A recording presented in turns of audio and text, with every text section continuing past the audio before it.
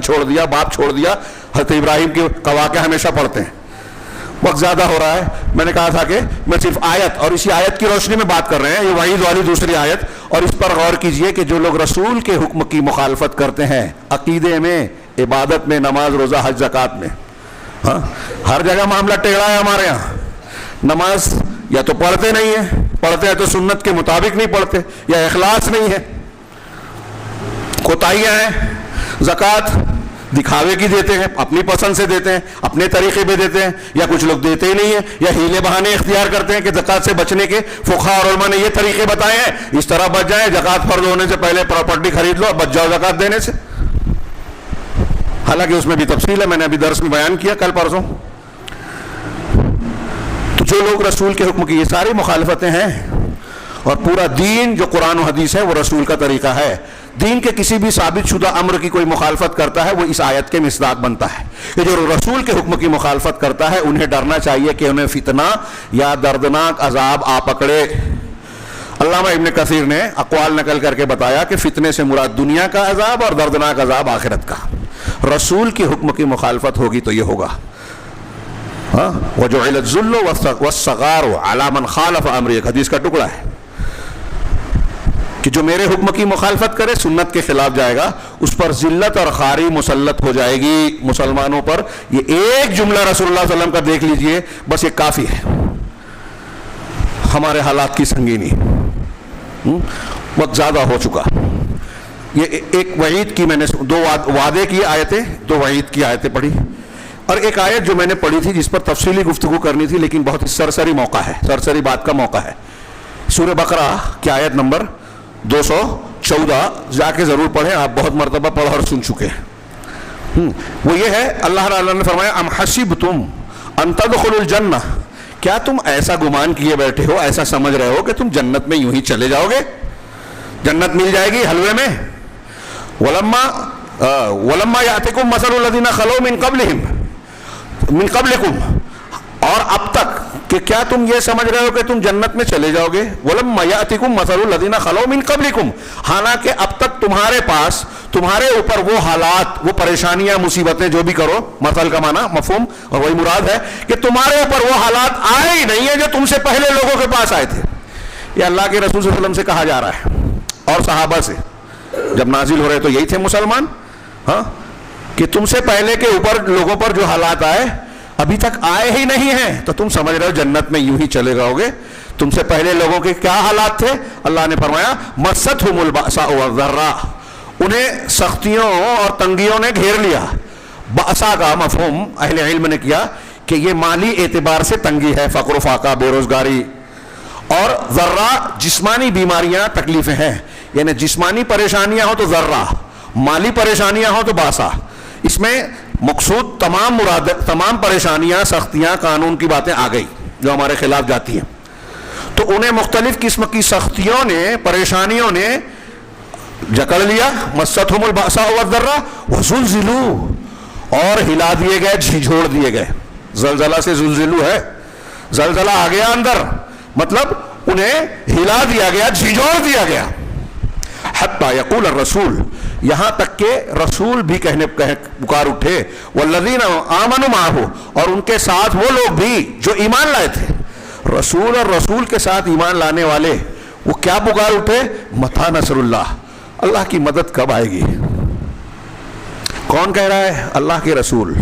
یعنی رسول اللہ صلی اللہ علیہ وسلم سے کہا جا رہا ہے کہ پہلے کے لوگ ایسے تھے کہ رسولوں پر تکلیف، یعنی اللہ کے رسول ہوں، مومنین ہوں، سختیاں آئے گی، یہ اللہ کا قانون ہے.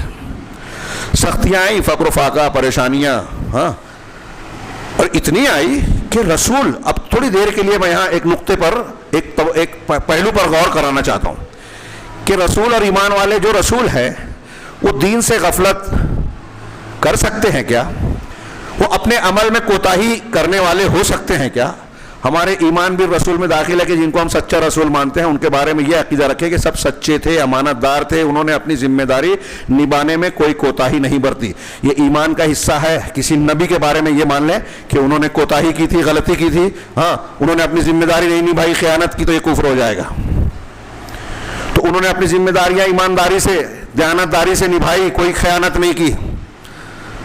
رسول جو ہے ایمانداری سے ذمہ داریاں نبھا رہے ہیں، پھر بھی یہ حالات آئے کہ زلزلوا مستھم البأساء والضراء وزلزلوا. اب ہم اپنی بات پر غور کریں. میں نے وعدہ اور وعید کو سنانے کے بعد یہ پیش کی کہ آزمائش بھی آئے گی ایک. اگر سچا مسلمان بھی ہے، ایمان اور عمل صالح ہوگا تو اللہ کے وعدے ہیں، ہم نے پڑھا. لیکن ایمان اور عمل صالح ہے، جتنا اونچا ہوگا اتنی بڑی آزمائش اور امتحان بھی ہوگا. یہ قرآن کی آیت بتا رہی ہے، امتحان ہوگا.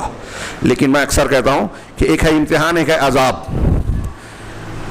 عذاب آتا ہے تو سنوائی نہیں ہوتی، ذلت و خواری ہوتی ہے. امتحان میں ذلت و خواری نہیں آتی. انبیاء کرام پریشان ہوئے، ذلیل نہیں ہوئے، بے عزت نہیں ہوئے، وقار رہا، عزت رہا، عزت رہی. جو لوگ دشمن تھے وہ بھی مانتے تھے کہ یہ بہترین انسان ہے. بہت غور سے سمجھیے. میں کہنا یہ چاہتا ہوں کہ رسول کے عمل میں، ایمان میں کوئی کھوٹ نہیں، پھر بھی آزمائے گئے. اور ہمارا معاملہ کیا ہے؟ ہمارا تو نہ ایمان صحیح ہے نہ عمل صحیح ہے. ہاں، تو ہماری بات آزمائش کی ہے یا عذاب کی ہے؟ غور کرنے کی بات ہے کہ ہم پر جو سختیاں آ رہی ہیں، جو پریشانیاں آ رہی ہیں، وہ اس آیت کی روشنی میں ابتلا و آزمائش کی ہے، یا پچھلی جو آیتیں ہم نے پڑھی دو وعیدوں والی، اس کی روشنی میں عذاب والی ہے. دونوں صورتوں میں ہمیں غور کرنا چاہیے. اور عذاب والی صورت میں تو اور زیادہ فکر مند ہونا چاہیے کہ ہم پر ابھی دنیا میں عذاب آ رہا ہے، تو پھر آگے برزخ اور آخرت کا کیا معاملہ ہوگا. دنیا میں ہم عذاب کی شکل میں اللہ سے دعا مانگ رہے ہیں، اللہ کے ہاں دعا قبول نہیں ہو رہی ہے اگر، تو آخرت میں کیا حالات ہوں گے. بہت زبردست لمحہ فکریہ ہے. یہاں میں اس آیت کی روشنی میں یہ بیان کرنا چاہتا تھا کہ اللہ نے بتایا کہ پہلے بھی یہ ہوا. رسول اللہ صلی اللہ علیہ وسلم کے زمانے میں، بخاری کی روایت ہے، وقت نہیں ہے، بہت سرسری سے اشارہ کروں.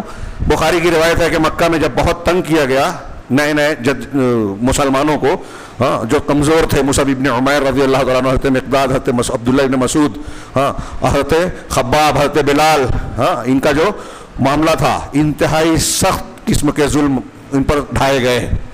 اسی درمیان ایک دن آپ کعبہ میں لیٹے ہوئے تھے، حضرت خباب نے آیا، بخاری کی روایت ہے، حضرت خباب رضی اللہ تعالیٰ عنہ نے آ کے کہا کہ اللہ کے رسول، الا تستنصر اللہ لنا، اللہ کے رسول آپ ہمارے لیے اللہ سے مدد کیوں نہیں مانگتے؟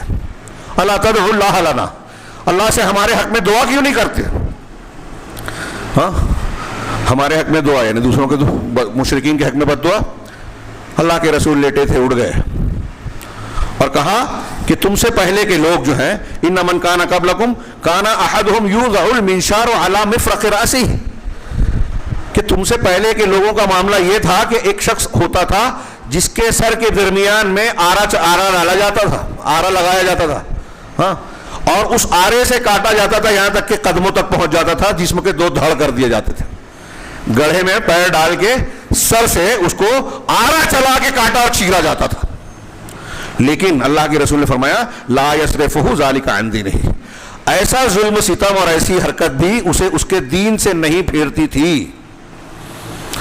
ہاں، ہمارے یہاں تھوڑا سا کچھ لالچ آ گیا، مسئلہ آ گیا، ہم بہن کا حصہ مار لیتے ہیں. ہاں، بہن کا حصہ مارا مطلب آپ نے دین کا قاعدہ چھوڑ دیا. اپنے لالچ میں تھوڑا سا خطرہ محسوس ہوا تو دین پر عمل کرنا چھوڑ دیتے ہیں. تھوڑی سی لالچ ملی تو دین بیچ دیتے ہیں، ضمیر بیچ دیتے ہیں، مخبر بن جاتے ہیں، اس کے جھوٹ بولتے ہیں، اپنے نفس کی خواہش کے لیے دین کا گلا گھونٹتے ہیں. فلاں کا خطبہ نہیں ہونا چاہیے، فلاں کو آنے مت دو، قرآن حدیث کی تعلیم عام مت ہونے دو. اس سے کوئی مسئلہ نہیں ہے کہ قرآن حدیث یا دین کا نقصان ہو رہا ہے، یا وہ آدمی جو ہے فائدہ پہنچائے گا تو دین کا فائدہ ہوگا. ہم ظلم کریں تو اللہ رب العالمین ہمارے اوپر ظالم کو ہی مسلط کرے گا نا. کذالک نولی بعض الظالمین بعضا بما کانوا، یہ قوم سمجھنے کو تیار ہی نہیں ہے. ظلم ہو رہا ہے، شکوہ شکایت ہے، لیکن اپنے آپ کو سدھارنے کی کوئی سوچتا ہی نہیں ہے. اور میں یہی آج کے خطبے کا حاصل بیان کرنا چاہتا ہوں کہ ان آیتوں اور ان اصولوں کی ہدایات کی روشنی میں ہم جائزہ لے کہ مسلمانوں کے حالات سخت ہیں، ہم سب مان رہے ہیں. میں نے جب شروع کیا تو سب جانتے تھے کہ ہم کو یہ معلوم ہے، لیکن